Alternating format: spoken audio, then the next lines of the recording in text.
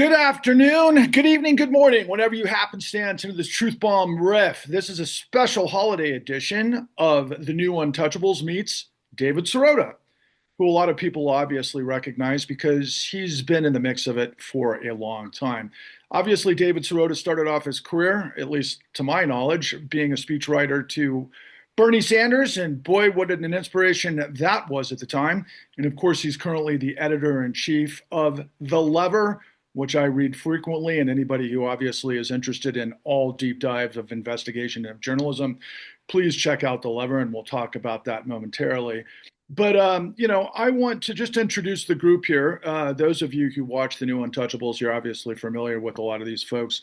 But what I'm going to do is just give them a quick introduction because they might not be as well known as David Sirota. And right to my left, currently on my screen, is June Carbone. She is the Rubina Chair of Law, Science, and Technology at the University of Minnesota. Right below her is, of course, the indomitable William K. Black, master of all things regulation, going back to the savings and loan crisis and everything that's come since. Obviously, somebody who gives us much keen insight on corruption, regulation, economics, and where they all intersect with the law. And then down below, of course, is none other than Paul Peltier, the veteran of the Department of Justice, currently in independent practice as an adjunct professor at George Washington University. But the sum total of these folks know a thing or two about corruption. And of course, that's going to be the focus of this particular conversation. And I would just want to start off here, just kind of introducing a couple of things on my screen share. And of course, we're not doing the big production value here, unfortunately, but it definitely goes without saying that if you don't know that David Sirota was a co-writer on one of the most masterful comedic executions of insane reality, and David, in a lot of my dialogue, I always like to talk about, growing up with the influence of National Lampoon and all of the satire that obviously was very influential in both of our lives as it intersects with reality. But I can't believe it was 2021 that the master class in this sort of satire, starring none other than Jennifer Lawrence and Leonardo DiCaprio and Jonah Hill, among others, Meryl Streep. I mean, oh my God, it doesn't go Ariana Grande, Timothy Chalamet, and it was just magnificent. And I can't believe it was 2021. But every single day I wake up and I look at the headlines, I think of your film. In fact, I just happened to watch it a couple of days ago to inspire us moving forward, because I don't think the satire gets any more insane than what's on the front page of probably The Lever today, but also on the New York Times. Trump is said to plan a new class of battleships named for him. Wonderful, just after he put his name right next to President Kennedy. And then not so funny, because like you, David, I appreciate renewable energy and always have. And Trump, of course, holds 5 leases of wind farms, all but gutting U.S. offshore wind industry. And then, of course, moving forward, we could talk about last night's scenario with Barry Weiss and all things, let's just say, boy, the love and joy of Larry Ellison taking over Paramount or bidding with Netflix, your former partners, of course. But again, we're here to discuss Master Plan, the hidden plot to legalize corruption in America.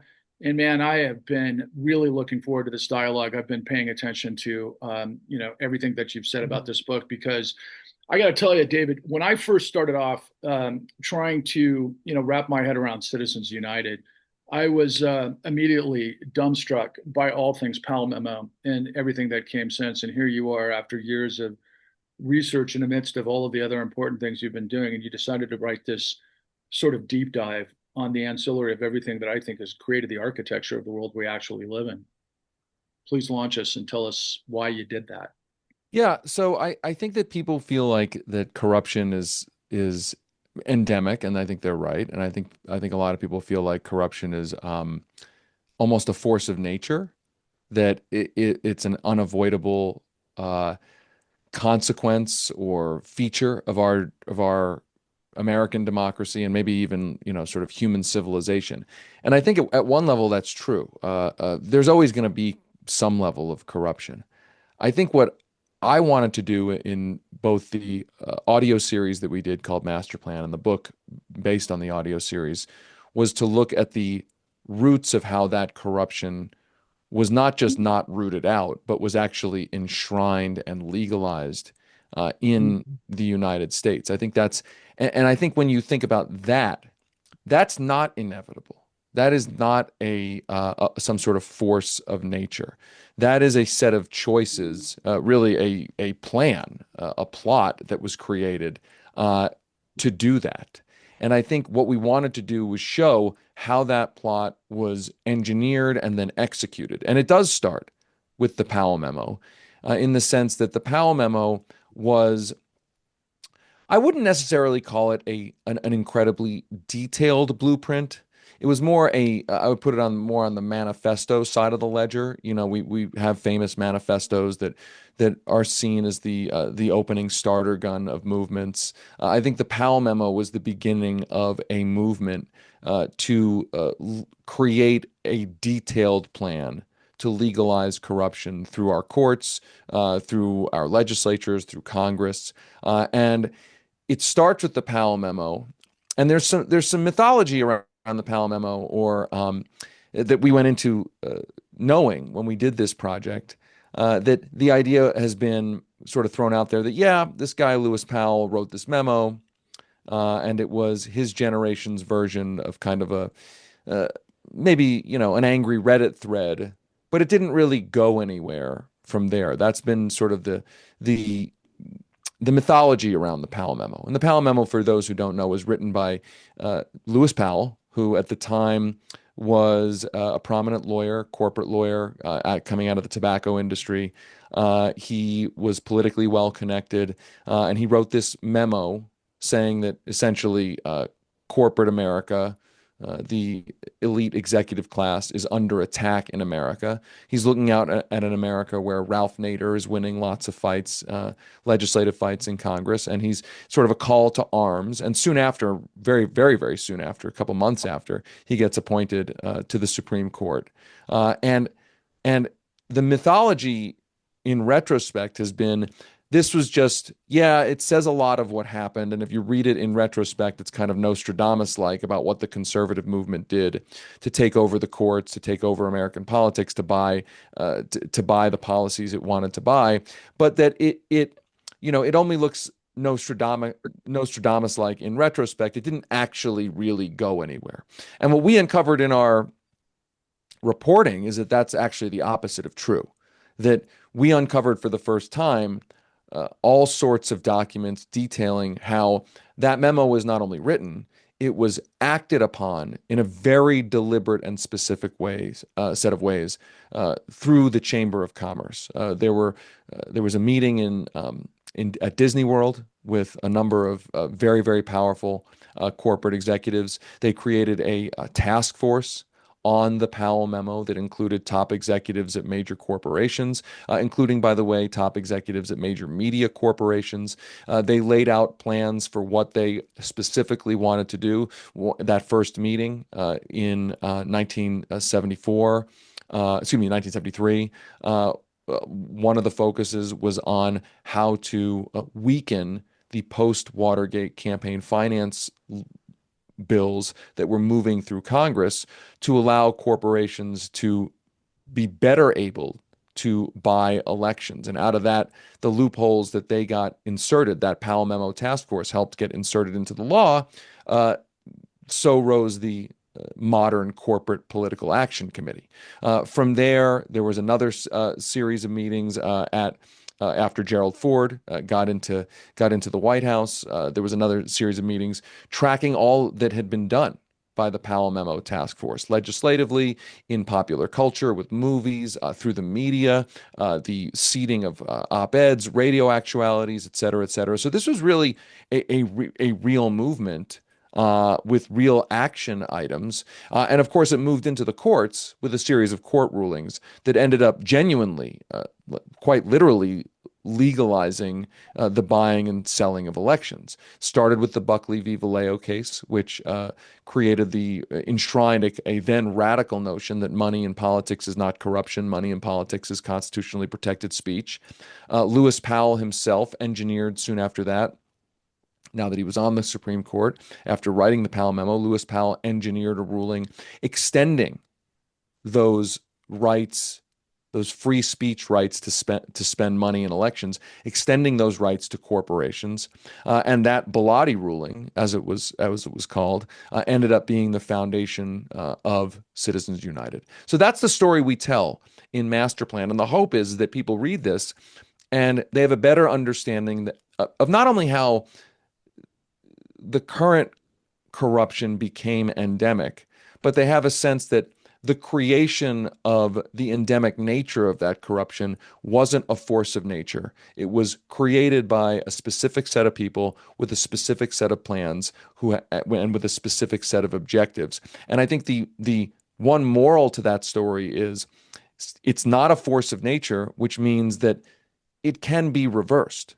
And we can talk about how to start reversing the master plan, but it is just a reminder that this was not an inevitability. The world we're living in now was created by mere mortals to get the outcomes that they're getting now. Jen, you want to start us off? Yes. So I'm incredibly excited about the book. And as I mentioned, I have my own book that came out with my co-authors in 2024, looking at the state of women in corporate America and finding they were losing ground. And when we looked, what we found was the same story everywhere. Uh, Jack Welch in earnings management, Walmart and wage theft, Wells Fargo and the fake account scandal. More women were fired at Wells Fargo than men, even though the men often committed worse elements. And the story underlying all these things, I've got stories about private equity and, uh, hedge funds. Uh, every story is the same story, a selection for people who could break the law and get away with it. And and do so in a way that preserved plausible deniability. So I have a couple of questions. My main one is Simon and Schuster edited out almost everything we had to say about the Powell memo and the history that leads to this. How did you keep it in your book? I'm impressed. It's a good story, well told. But the more serious question, how pervasive is the resulting corruption? So we spent a lot of time poking around. And, when you look at Jack Welch, what made Jack Welch famous at General Electric? He bragged about getting rid of the bureaucracy.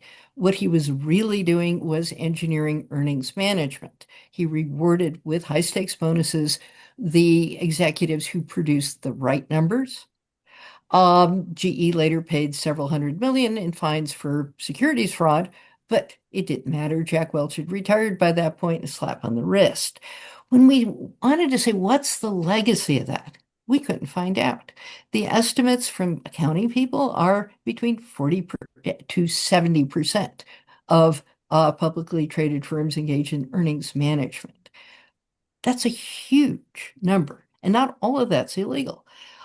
Same thing with Walmart. Walmart's a little bit better. I mean, the name of the game is biggest class action, U.S. history and sex discrimination. What's really going on is a selection for managers who would oppress their employees. Walmart's number one in the country in wage theft. But the story there is not only the big box stores getting together and massive political contributions. By the way, focused on Jeb Bush, who then spoke to W. And one of the first things George W. Bush did when he became president was to fire the general counsel at the NLRB, who was about to bring this enormous lawsuit against Walmart for union busting. That went away, never came back. 2006, the Walmart lawyer involved in managing the campaign got appointed head of the Wages and Hours Division of the Department of Labor. And so it's pervasive. It wasn't originally, but it is now. How do you even get your head around the consequences? Yeah, I mean it pervasive is the right word, endemic is the right word. I mean, I use the metaphor that David Foster Wallace used from his famous speech, where, the famous speech is that it's a commencement address, and I'll paraphrase it. I'll probably butcher it too, but it's, two fish are sitting in the water, and another fish swims by, and the other fish swims by and says, "Hey guys, how do you like the water today?" And one of the two fish turns to his friend and says, "What the hell is water?" Right? The idea being that if you're a fish immersed in water, you don't necessarily know you're immersed in water. And I think that actually is, in a sense, the objective. The objective is to, well, the objective, one question that came up in our book is who would be for legalizing corruption? Why would you want to legalize corruption? And I think the answer to that is at the time that the Powell memo was initiated and written and executed upon, there was a perception among the corporate elite that the democracy is sent, they wouldn't put it this way, but essentially their argument was the democracy was working too well. Okay, that what the people wanted, the government was giving the people what it wanted. And this, there's sort of the underneath it, this idea that the government was allowing for effectively mob rule, right? The idea being that if the government becomes too responsive to the people, that their theory would be you don't necessarily want that.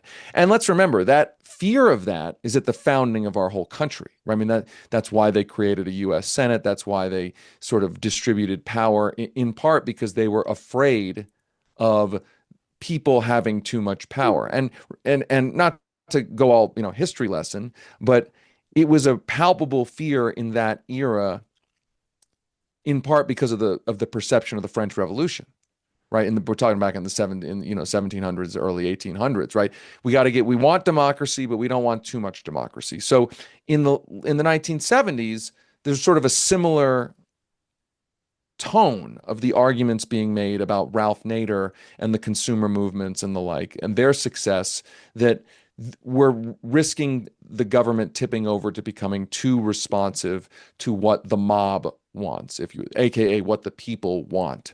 And I think the goal was we the elite are not getting what we want out of the government. And the only way we're going to be able to get what we want out of the government is to move away from a one person, one vote functioning democracy and more towards a $1, one vote system, and to get what they wanted, so that what the people wanted on all sorts of economic issues would be less prioritized by the government. So that's the question of why would you want corruption? I think to perpetuate that system, you have to then move towards not only legalizing it, but normalizing it at a level where it feels so endemic that it goes from being illegal to being legal, from scandalous to being not scandalous, to uncouth to being just business as usual.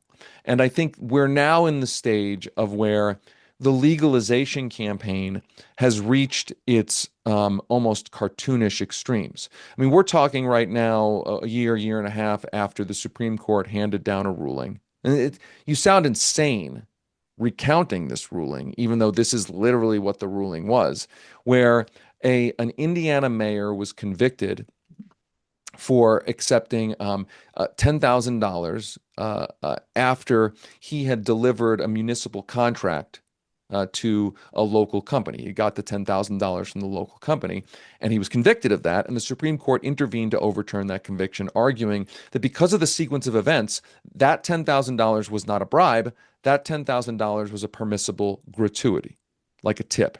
That's where we are. And I Yeah. think the effect of that is to say, listen, all you folks who are worried about corruption is just government now. It's just the way business is done. This is no longer illegal. It's no longer scandalous. It's no longer even anomalous. This is what government is now.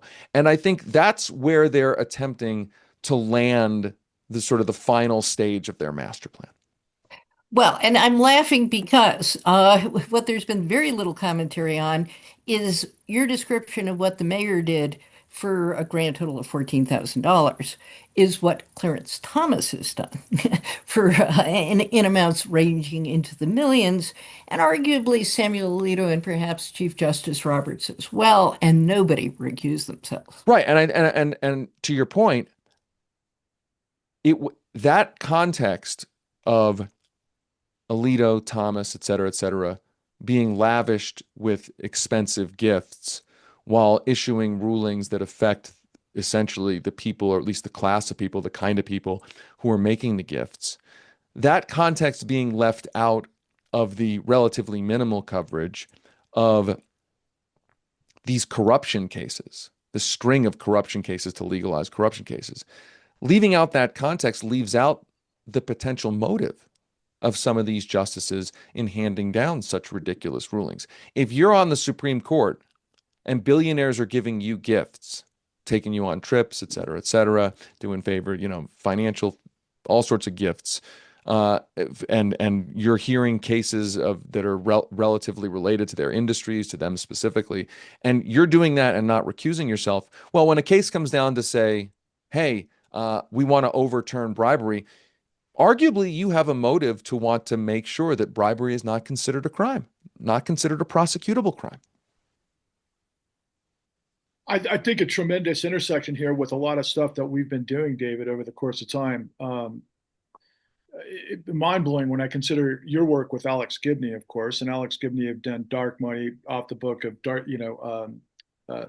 Mayor from the Atlantic, and all things backdoor. But we also happen to work with, had the great fortune working with Jesse Eisinger at ProPublica, and boy, did ProPublica do some magnificent work early. And I know you did too. Actually, you guys broke the story of wow, that's amazing. I'm sorry. Do you want to comment on that real quick when you first Yeah, started I think you're discovering? talking about the story we did in partnership with ProPublica, which was Yeah. the story about the largest dark money transfer in the history of the country. Or let me amend that: the largest known Known. dark money transfer in the history of the country, because of course dark money is anonymous money, so we don't know what we don't know. So in that story that we broke open, Leonard Leo's network, Leonard Leo being a very serious participant in the master plan, a conservative activist focused specifically on taking over the courts, packing the courts, a Federalist Society, and the like. As we broke open, the private owner of one of the largest privately held companies in the country, an electronics company, essentially bequeathed the proceeds of his company's sale.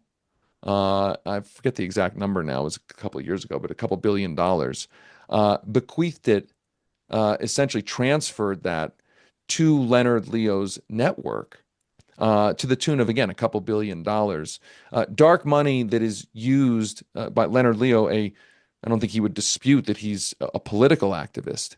And the only way that transfer was known was because of the reporting that we did. And I say that not to pat our reporting on the back. I say that to say that there's no systemic set of laws to require at least even the disclosure of that, much less to prohibit it.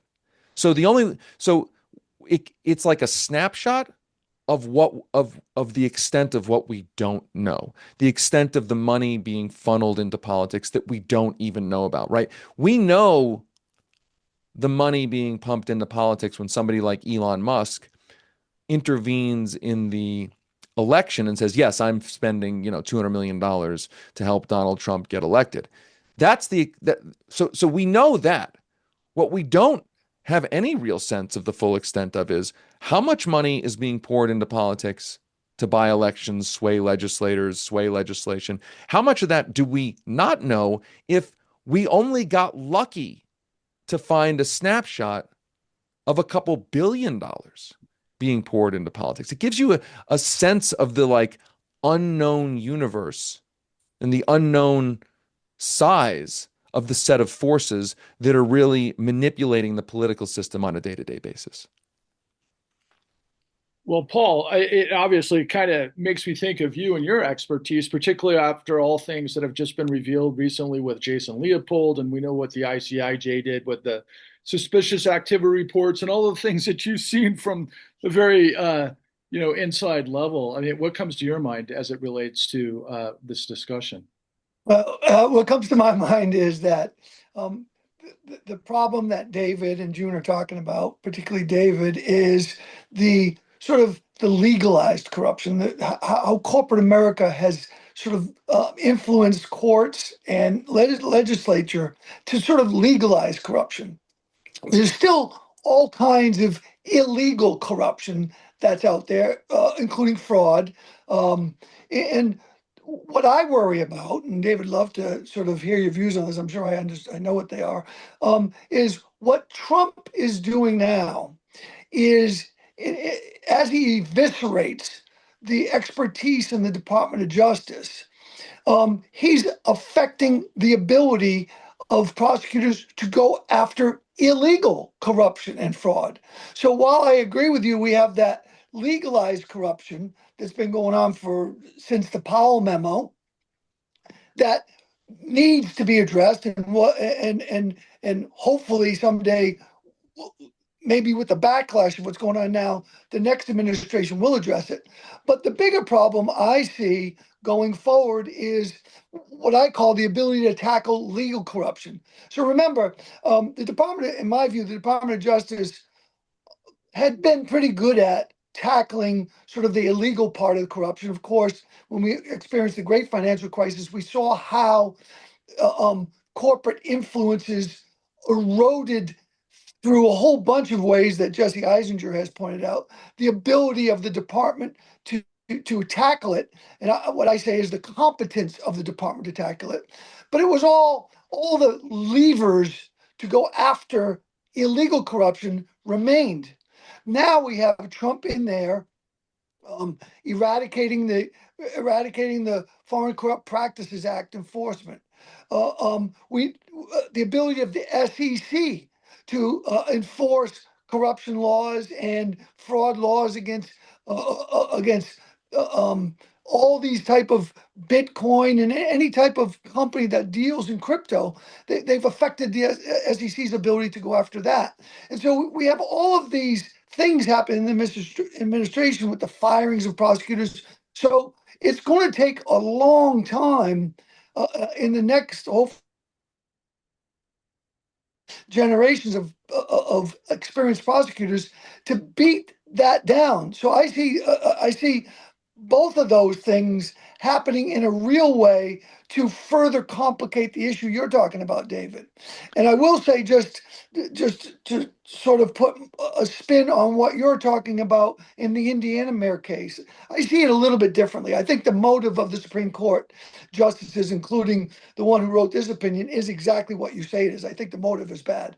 But remember, that was charged under a statute called 18 U.S.C. 666, which is theft of government program bribery.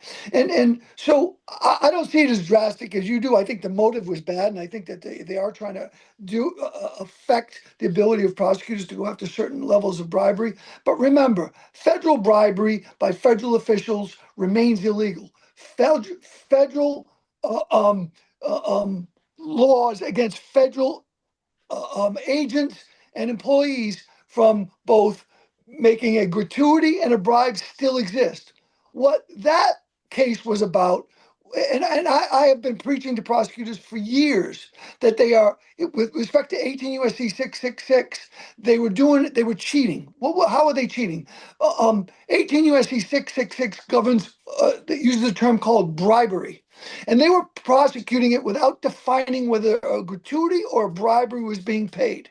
And I always thought that was a huge problem, because what Clarence Thomas said was, if Congress wanted to affect state gratuities, they would have said it. They said bribery. It's a different statute. If the prosecutors had proved and charged bribery in that case, we wouldn't be in this problem. Instead, they only proved gratuity. And what Justice Thomas said is that a gratuity in the state of Indiana is not illegal.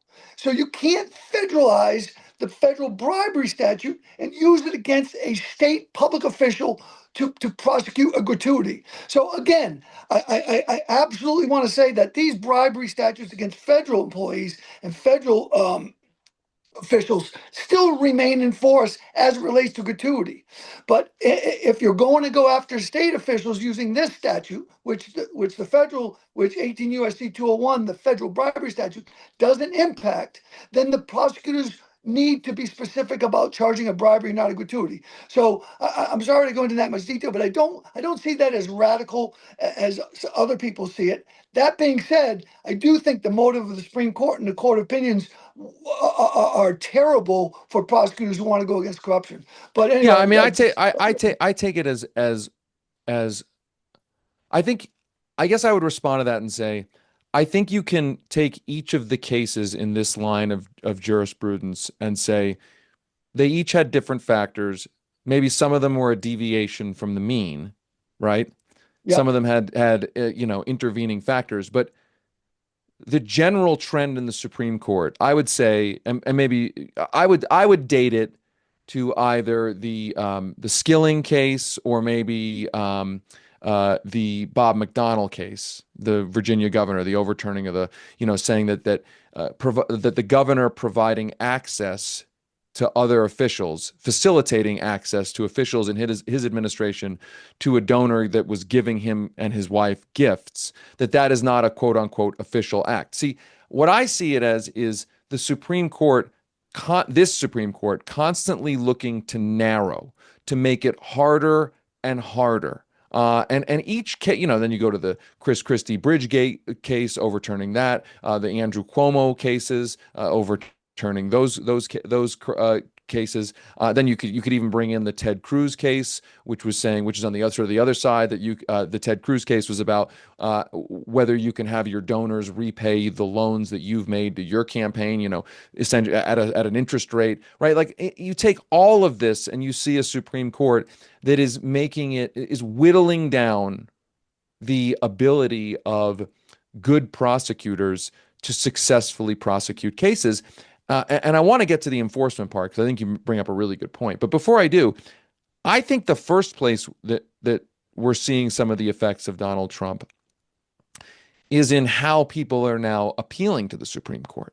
So there's this case in Cincinnati, a corruption case, where a local city council person, actually a Democrat, was convicted of receiving a series of under the law legal campaign contributions, disclosed, et cetera, et cetera.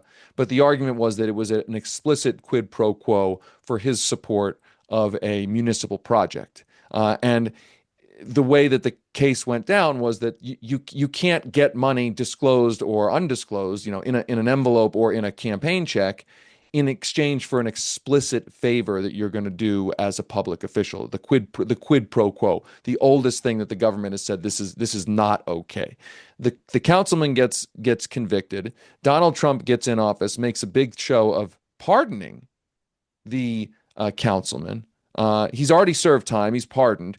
Nonetheless, he's appealing his conviction and what's interesting here, what the tell to me is, I mean, yeah, I guess having a conviction on your record there's a consequence, I guess a social consequence to that. But like, you've already served time, et cetera, et cetera. You've already gotten your punishment. It's the first known appeal of a conviction after somebody's been pardoned, right? Now you got your pardon, you've been pardoned. And all of the groups that have been the conservative groups that have been part of the master plan are behind this case, are pushing this case because they see something to get out of this case. And what I think is really important, I should mention that Donald Trump's former solicitor is now representing the appeal in this case. And the tell to me here of the effect of Donald Trump in normalizing corruption is that the appeal, if you read the appeal to overturn the conviction, even though he's already been pardoned, there's a part where the appeal says it cites the case in the 2024 election, the situation in the 2024 election where Donald Trump reportedly went in front of a bunch of fossil fuel donors and said, "You give me $1 billion to help my campaign, and I will give you a bunch of favors." Right? I mean, that is reported to be what happened. Let's stipulate that reporting is solid. And what the appeal says is, if we allow this conviction of this city councilman to stand, it could allow any prosecutor to prosecute somebody like Donald Trump soliciting the fossil fuel industry for $1 billion in exchange for policy favors. as if that would be a bad thing, as if that would be out of control and unacceptable. In other words, where we are now in the Trump era is citing the, at minimum, shady behavior and transactional behavior of Donald Trump to say we should not treat such behavior as prosecutable. That would be too dangerous to the country. So to me, that is a reflection of how normalized the Donald Trump's process of even further normalizing corruption, to say that if we allow prosecutors to prosecute this, it's effectively prosecuting what we should consider to be normal, run-of-the-mill, day-to-day politics. We're criminalizing politics. So that's the first way I think Donald Trump is taking this farther. To your point about enforcement, that's the whole other long-lasting legacy of I think what will be with Trump, which is the executive branch gets to decide in our system what gets enforced and what doesn't. And clearly Donald Trump is using that authority in all sorts of ways, but specifically when it comes to corruption, to I mean, to defund and gut the public corruption unit at DOJ, the directives about whether or not the Foreign Corrupt Practices Act will be enforced and how companies should think about all of that will have a cumulative effect of for future generations. How do we even rebuild the capacity to to to prosecute cases that are now, because of what's gone on in the court, harder to prosecute on their merits? In other words, it's a two-pronged attack. We have fewer people who even know how to prosecute this. The infrastructure of actually enforcing the law has been gutted because of Trump. And these are now more difficult cases to prosecute because of how the courts have interpreted and narrowed the law. Well, and that's the perfect tee up for the next person to talk to about this, which is William K. Black, who I know has a whole constellation of answers to that. But I do want to set this up from this perspective, Bill. I've seen a lot of interviews with David as it relates to, his book and really boy, what was the terminology that used? It was like a dystopia of corruption, right? That I loved how you described that, David. But we're talking decades in the making. We're talking paradigmatic. We're talking smart people. We're talking, Lewis Powell. We're talking tobacco industry and corporate influence, which you've been a part of in prosecuting for now 35 years. And one thing that Mr. Sirota has constantly referred to, of course, is your favorite nemesis, Charles Keating, and all things that came out of that era. And I've seen David quote Charles Keating, and he missed the one quote that I've always hung my hat on, which Charles also said as it relates to the gentleman on this call, is kill black, kill him dead. That's how far these guys used to want to take it. So, Bill, what's your response as we're moving through this dialogue? Yeah, I actually said highest priority. Get black, Wow. kill him dead. Wow. Uh, so my first message, don't just buy this book, or if you can't afford to, go to the library and read this book. Read it carefully, right? Don't skim it.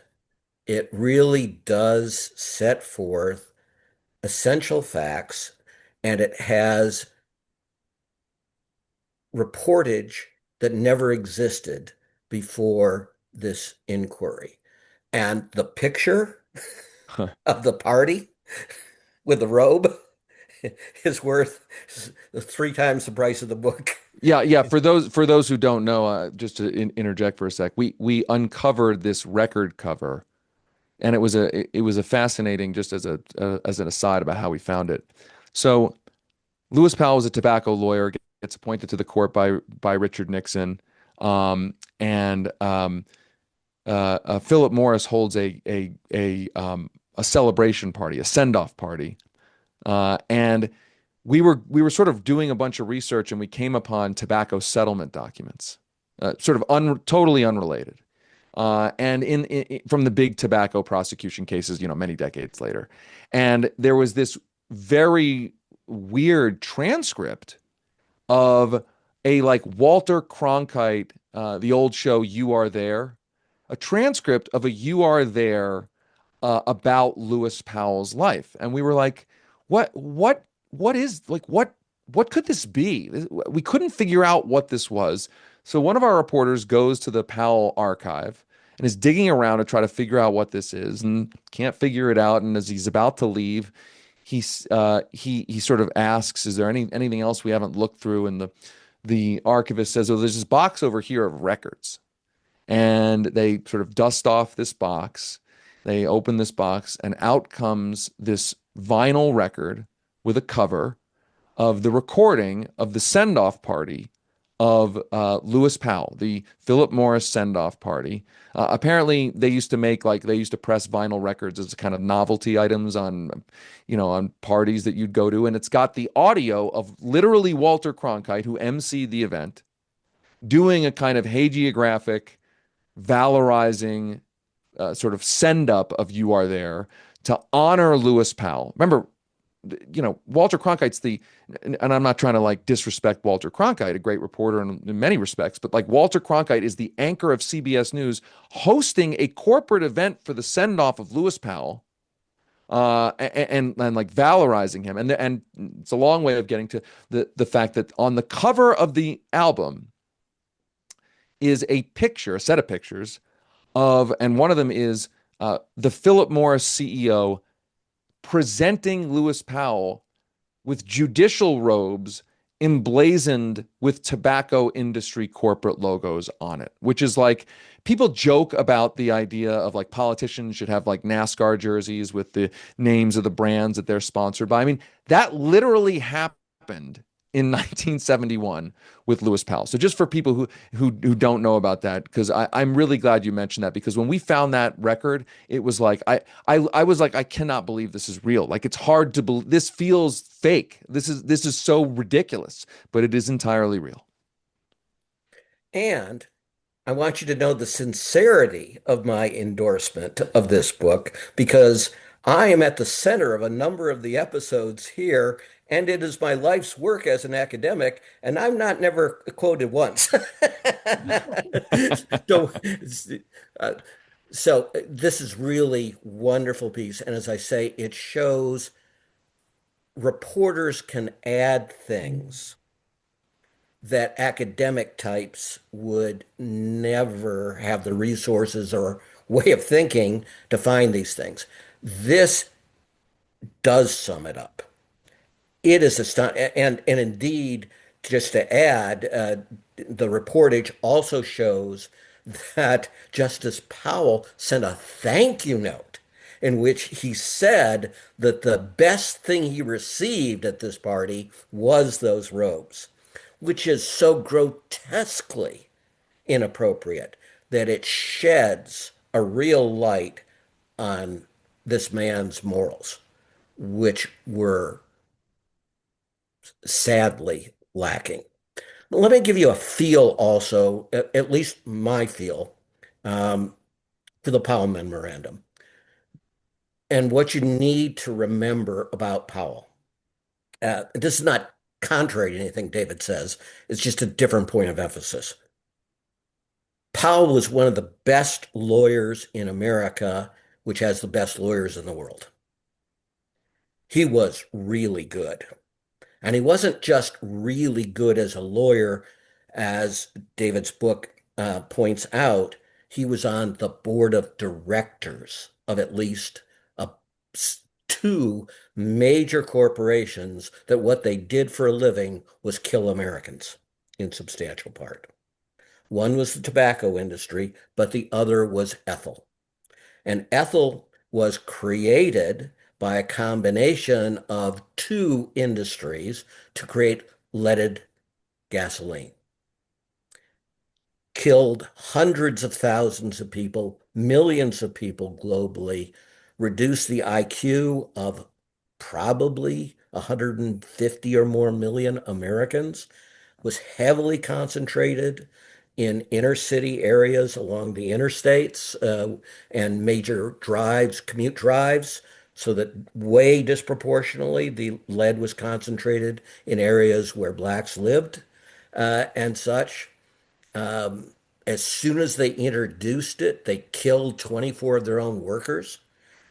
Nationally scandalous, a cover up for effectively for 50 years. Tobacco, again, really good lawyers, and they shape the law, which is what a large part of what we've really been discussing here is. It's that power and the foresight to shape the law. And that in this case, they shaped tort law such that the cigarette companies always won. I don't mean nearly always. I mean they won every one of the tort suits against very good plaintiffs' lawyers to, indifferently qualified plaintiffs' lawyers. Powell recognizes that the right is losing in key spheres, and he is sounding an alarm in the Powell memorandum. In vernacular, he's saying we're getting our asses kicked in a bunch of sectors that are actually going to be critical.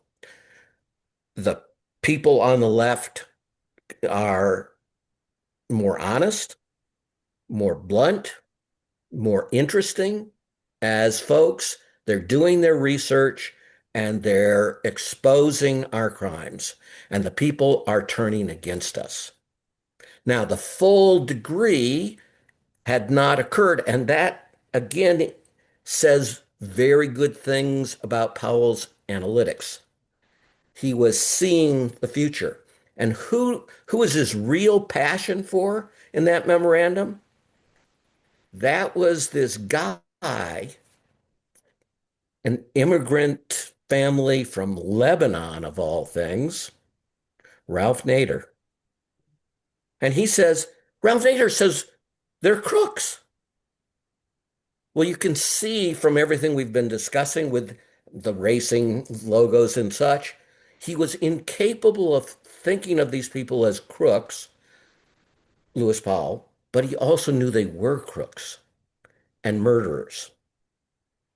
And that if the Ralph Naders of the world were allowed to continue and to continue to win in explaining to people what was happening, the law could be used very effectively against him. And that's why in the savings and loan debacle, from a starting position that Ed Gray inherits, he was the chairman of the federal agency regulating it, appointed by Ronald Reagan and a personal friend of Ronald and Nancy Reagan. The starting point was there wasn't even a criminal referral process. So we had to create a criminal referral process from scratch. We had to get a Justice Department that had zero interest in prosecuting to make it a major priority. I've talked about it in this podcast, how we deliberately embarrassed them, putting out the monthly figures and then, going to the Washington Post and explaining, yeah, it's now up to 7,000, no prosecutions type of thing. Eventually, they sue for peace. At that point, precisely what Lewis Powell knew and was warning the business class about kicks in. Because it turns out once you start the Justice Department moving, and once you start America moving, which has, as I've noted, more whistleblowers than the rest of the world combined, and at very high level, that I don't mean they're more important because they're high level. I mean they have much more access to information, much more access to where the key documents are. They understand. They were in direct conversations with C-suite people where they can send them to prison and such. Lewis Powell understood all of this latent power of the Justice Department, which was about to kick in under Ed Gray. And so Ed Gray and his counterpart, Bill Siegman at the FDIC, and then eventually enormous cooperative work with the FBI and the Department of Justice, produce over 7,000 felony convictions in cases designated as major. And that includes collectively over 500 CEOs or equivalent. Officer titles vary, right? Absolutely unprecedented. And what comes after that are crackdowns in a bunch of these other areas. There are crackdowns in lead in gasoline. There are crackdowns on black lung. There are crackdowns. The Justice Department finally sues the tobacco manufacturers, does exhaustive discovery. There's years-long trial, uh, 2,000-page district court opinion or thereabouts, like 300 pages on how they manipulate nicotine levels alone in terms of the findings. June and I were both federal programs branch attorneys. I defended the constitutionality and statutory authority of the Black Lung program and such, and we did many other such programs, and worked with Paul's counterparts earlier, in time on all of these things. And the Justice Department, from almost a standing start, became this incredible entity that was getting more than 90% conviction rates against CEOs who have the best criminal defense lawyers in the world and they'll spend money like water to defend themselves. So that's for me, the really amazing thing about Powell is how he was able to look to the future and see this need that the capacity of the federal government and the movements of the people developed by people like Ralph Nader and investigative reporters, that's what they feared. They fear us, a knowledgeable, motivated American people, because we have the ability and the institutions to literally destroy these criminal enterprises. And these are criminal enterprises. And yes, they are the biggest predators in the world in terms of money, but they also kill more people and maim more people than all the blue collar criminals in the history of the world have done, unless you count the Nazis and wartime type stuff. So that's why, as as people that study elite white collar crime, and I will tell you, as a financial regulator, at that time, my mantra, which I repeated to thousands of people, was the highest return on assets is always a political contribution, right? It was always the prominent politicians running the equivalent of a Green Bay sweep to try to crush us. So again, I'll leave you with how I started. This is not only a great book, it's a vital book. And it's a vital book to being an effective citizen and be of good cheer. Again, we can reverse this. And indeed, that is Powell's insight. He feared us. He feared people like Ralph Nader. He feared how the government was starting to concentrate on these health violations. And he was scared to death that the American people would listen to what they were hearing and demand a change in policies. You should know one of our subscribers, after we published the book, sent us so Powell writes his memo in August of 1971. A few months beforehand, Nader had been featured in a big story in Fortune magazine, sort of summarizing all of his success up until that point. And one of our subscribers, and the idea is that in part, Powell read this article and was real pissed off about it, was really like sort of a catalyst for him in his brain. And one of our subscribers actually mailed us an original copy of that Fortune magazine article. And it is like, if you don't know what you're looking at, you don't really know. But if you know what you're looking at, you're like, wow, like this is, it's just, I don't know, like to see it and to see what Lewis Powell was responding to. You could totally imagine that a tobacco executive who's or a board member who's helping, advise the tobacco industry at a time when the public is starting to ask questions, and, is also giving these speeches, And leaded gasoline and in let his it book. gasoline, right? And giving these speeches, fearing, the movements of the 1960s. You could totally imagine him, reading this in his and his business pals' favorite magazine and saying, you know what, this has gone too far. And the butterfly flaps its wings, as the old saying goes, and here we are.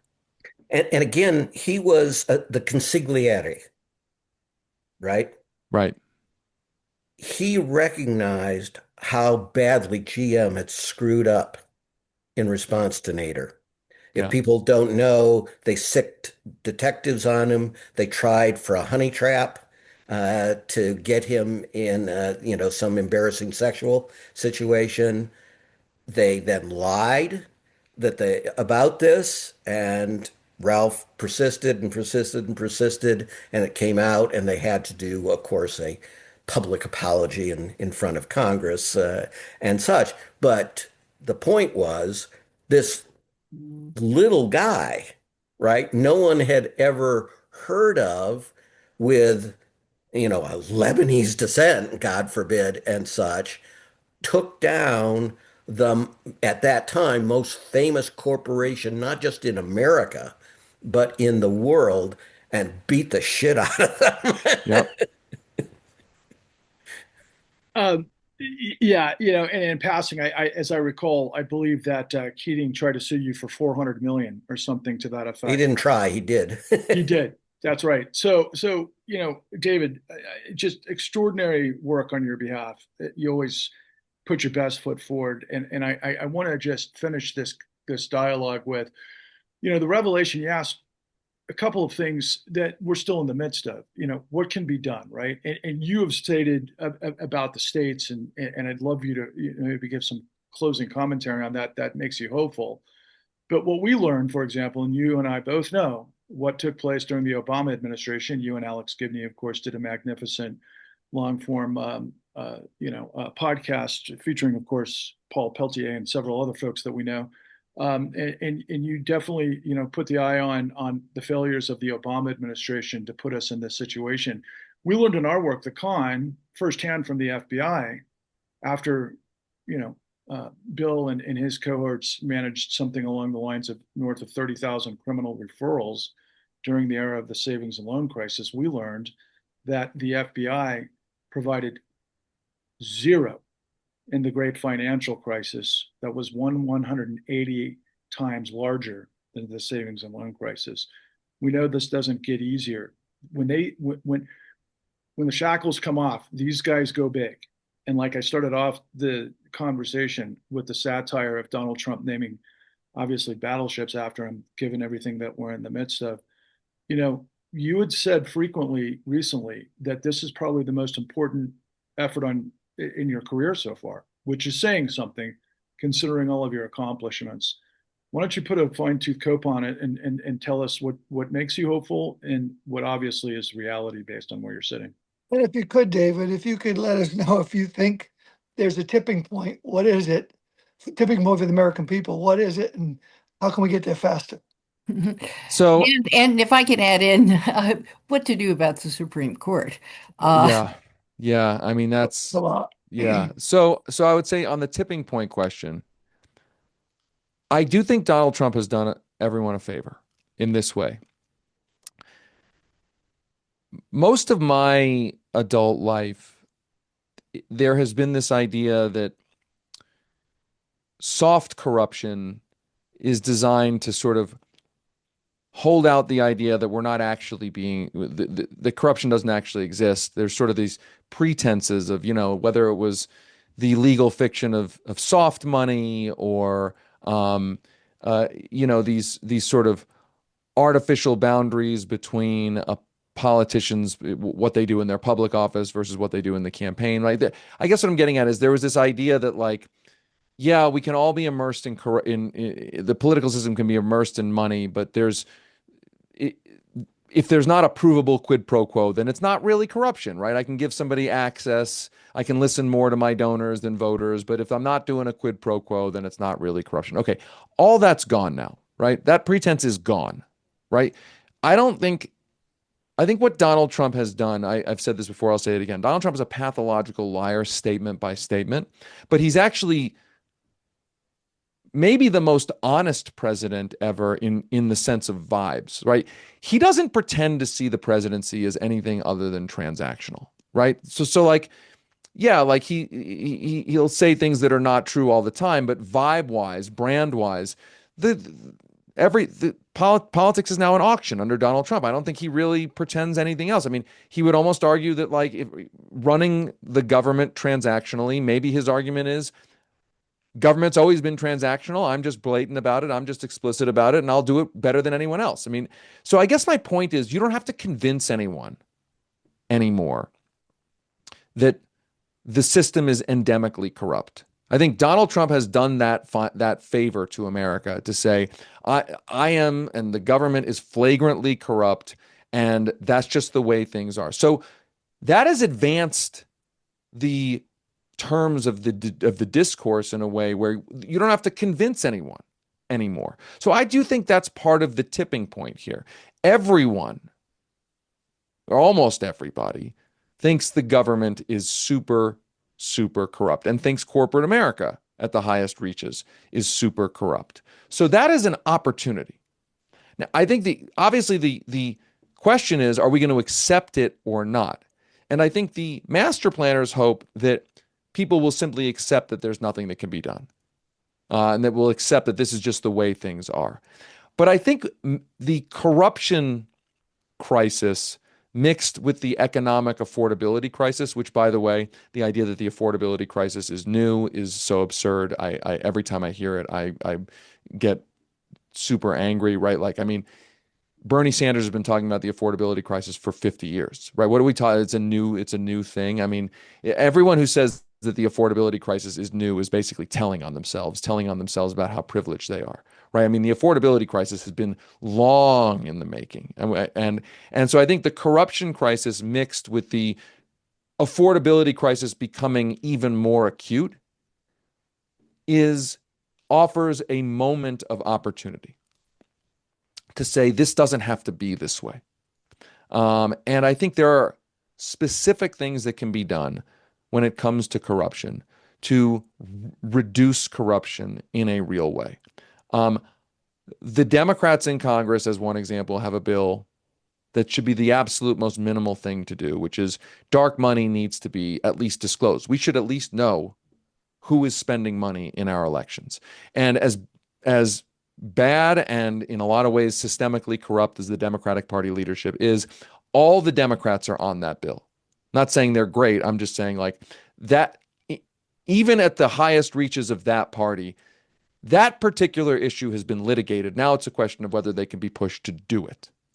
But that's like the most minimal, like really, truly the most minimal thing. People in states can actually do things. Arizona passed a version of that at the ballot. Arizona, not exactly a super blue state. It's a purple state. Maine has passed a bill, has passed legislation to do a similar thing.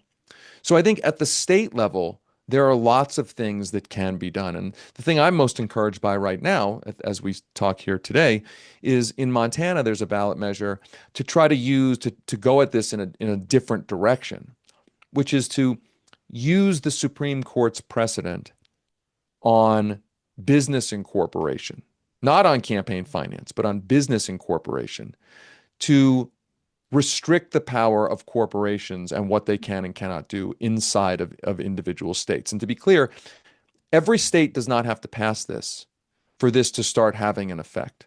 And the basic summary is that the Supreme Court, the Citizens United ruling is predicated on the idea that corporations are people, and if money is constitutionally protected speech, then corporations as people are entitled to those constitutional rights. But that decision is predicated on the idea that states are the ones that get to say what corporations are. And that essentially over the last 100 years, states have said for purposes under our law, corporations are people. But states don't have to say that. And this is why this situation in Montana is so interesting. Because essentially at the ballot, what they're proposing to do is for Montana to say, you know what? We're going to scrap our whole corporate code. We're going to reinstate it, everything except for one thing. Corporations have all the power that they had in the past when they're operating in our state. They have all the same powers except for one power. Corporations cannot spend money in elections. And the idea is that the Supreme, if and when that passes, if and when it gets to the Supreme Court would have to, in order to stop it. Now, I wouldn't put it past the Supreme Court, but the Supreme Court would have to undo a lot of its own precedents to say that states are not allowed to decide the terms upon which corporations exist. David, what was that word you used? Precedent? Yeah, right. I know, and the Supreme Court doesn't really listen to its own precedents. But I think the point here is that and I'm not a lawyer, but the way I understand it is Don't that brag. the that it's essentially using the Supreme like a long list of Supreme Court precedents that the Supreme Court and business itself in a lot of ways arguably wants to preserve, using those precedents to say that corporations can't do, that states still have the power to say corporations can't do certain things. Like that idea that states are the ones that decide the terms of which the artificial entities, corporations exist, that idea is baked into a lot of sort of American corporate law. And so what Montana's trying to do is use that in a way that restricts the way corporations can operate in elections. And I want to be clear. This doesn't solve the problem, right? Individual billionaires can still spend money. If they spend money in with other people, effectively, they'd have to disclose that money. They'd have to do it through political committees. So that would help with that. The reason I say you don't have to wait for all 50 states to do this, for it to start having effects, is that if Montana actually passed that, that's the way things would operate inside of Montana. In other words, if Montana wants to get corporate spending out of Montana's elections, that is enforceable inside of Montana. Now, it's not going to change things for me here in Colorado unless Colorado passes a version of that. And there's already legislation moving through that's going to be proposed in Colorado's legislative session to do this. Other states can do this legislatively. So I am encouraged by the innovative way that states are starting to think about this. There's a whole other case out of Maine where Maine passed a measure to restrict the amount that anybody can give to a super PAC. Right now, the whole thing is that, unlimited spending, you do it through super PACs. You can give as much as you want. This is creating a constitutional challenge that is going to the Supreme Court through Larry Lessig, who's taking it to the Supreme Court to try to essentially use other Supreme Court precedents to say that super PACs can be regulated. Again, this I would agree. This all does go up against the Supreme Court itself. How to change the Supreme Court? That's term limits. There's all sorts of. That's a whole topic of discussion, and I don't have a perfect answer for that.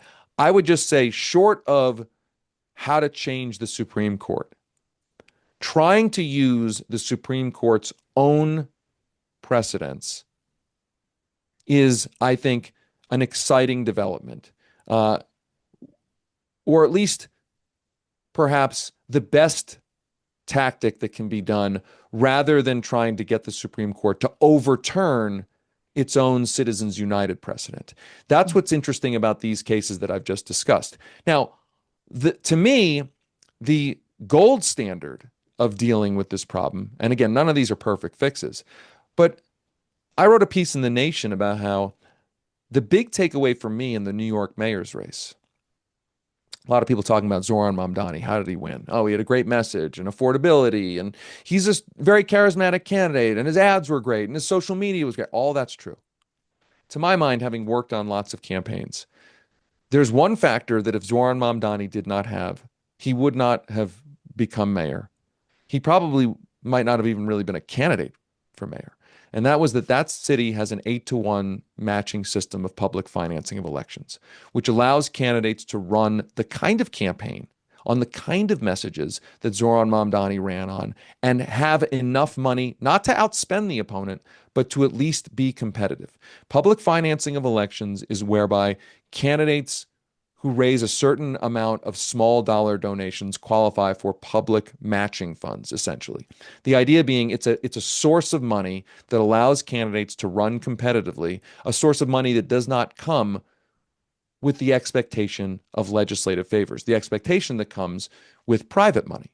And so I think to look at New York, forget about, and just to be clear, I don't care if you're watching this and you're a conservative, a libertarian, a socialist, a Democrat, you know, these systems are ideology free, right? If you want to run as a libertarian and you don't want to have to go and ask liberal donors for money, public financing of elections is a way to get access to that money to allow you to run a competitive campaign. Conservative, Democrat, socialist, that's the beauty of these systems. And the thing is, to go back to the Supreme Court limited Arizona's public financing system. And to go back to the Keating 5 scandal, John McCain, who was singed by the Keating 5 scandal, sort of came out of that scandal with the zeal of a convert to campaign finance reform. And in his own state, they created one of the first statewide, might have been the first statewide public financing system of elections. And they included a provision that said when a publicly financed candidate is outspent by super PACs on the other side, it's called sort of a millionaire's amendment, they get additional public financing. And the Supreme Court rejected that provision on First Amendment grounds, saying, there's a sort of a standard Roberts Supreme Court argument. But in that ruling, the court says we don't have a quarrel with the concept of public financing of elections. In other words, even the Roberts Court was like, look, these systems are under our Citizens United paradigm. These systems do not have a constitutional problem. And I think it's worth remembering that there's been a few times in our country's past in which we've gotten very, very, very close to publicly financing congressional campaigns. There already is a presidential public financing system that has sort of become outdated and defunct for various, it could be updated.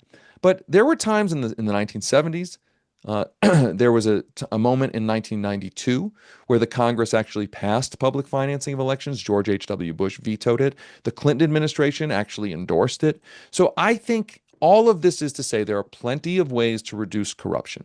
We are at a tipping point moment, in my view, where we don't have to convince the public that corruption has gotten out of control. The opportunity is there to do any number of these things. And the question really is, are we going to do them? Is there enough will to do them? And that question, I don't have an answer to. But you kind of do, David, because you do it every day. You've been battling corruption for a good portion of your career, but kudos to you for calling it out what it is at this stage in a way that I don't think I've ever heard you say until the release of this book. And I want to say to the audience out there, I mean, look behind David. He's got a basketball jersey, obviously the lover. We're all big sports fans. We know how to compete. You're looking at some of the best competitors in the legal profession that have taken down corruption for now decades. And we need to turn our eyes to the people who know how to do this instead of get lost in translation. And I'll say that, I've always said it's not just about corruption. Corruption burrs and fuels fascism. So if those are two your mortal enemies, if you stand for liberty and justice, you certainly want to find the lever. And I'm going to share once again my screen share here so that you can see the book that we've been talking about. And please don't hesitate. Get to Amazon and everywhere else. And you've got to check out Master Plan, The Hidden Plot to Legalize Corruption in America. And as you can see on the masthead here, the lever, of course, this is David's online platform to be able to battle. And I guess in light of all things, what we're seeing, the collapse of all mainstream media right before our eyes, 60 Minutes, no less last night, because of course, everybody's favorite Barry Weiss. Independent media could not be more important. And, on behalf of our team here, I want to wish everybody a happy Hanukkah, of course, Merry Christmas, Happy New Year. But people, if we don't come together quickly, you have to understand that nothing happens in a vacuum. This has been decades in the making. Russell Vogt Project 2025, Heritage Foundation. I mean, David goes into detail about. I mean, this came from, and his name eludes me at the moment. The guy from Coors, obviously in your home state. Joseph, of course, yeah. Yeah, was one of the original. That's before, of course, the Koch brother involvement. By the way, I was interested to learn recently that Fred Koch. I don't know if you guys are aware of this, and I'd be curious if you are. That he actually started the Jim Birch or John Birch Society. Were you guys aware of that? Just out of curiosity, everybody know I was that? not. Yeah, how about that? Not a big surprise, right? So, Well, the Kochs had lots of things. Some of them at the beginning were outright neo-Nazi. hmm, hmm. I actually wrote a lift in Vail, Colorado, once long ago with obviously the Coors actually family at that time, which was a little bit peculiar. So anyway, guys, please check out the newuntouchables.com. Please check out The Lever. Over the holiday, code watch, don't look up to be reminded of the insanity that we're in the midst of, because the media is actually corruption. And please check out, as you can see behind me, guys, one big solution to it all, my friends, is the Clean New Deal. On behalf of everybody, my name is Patrick Lovell signing off. All the best to you all. Onwards and upwards. Thank you, Patrick. Thanks, Merry all. Christmas. Merry Great to see Christmas. all of you. Thanks again.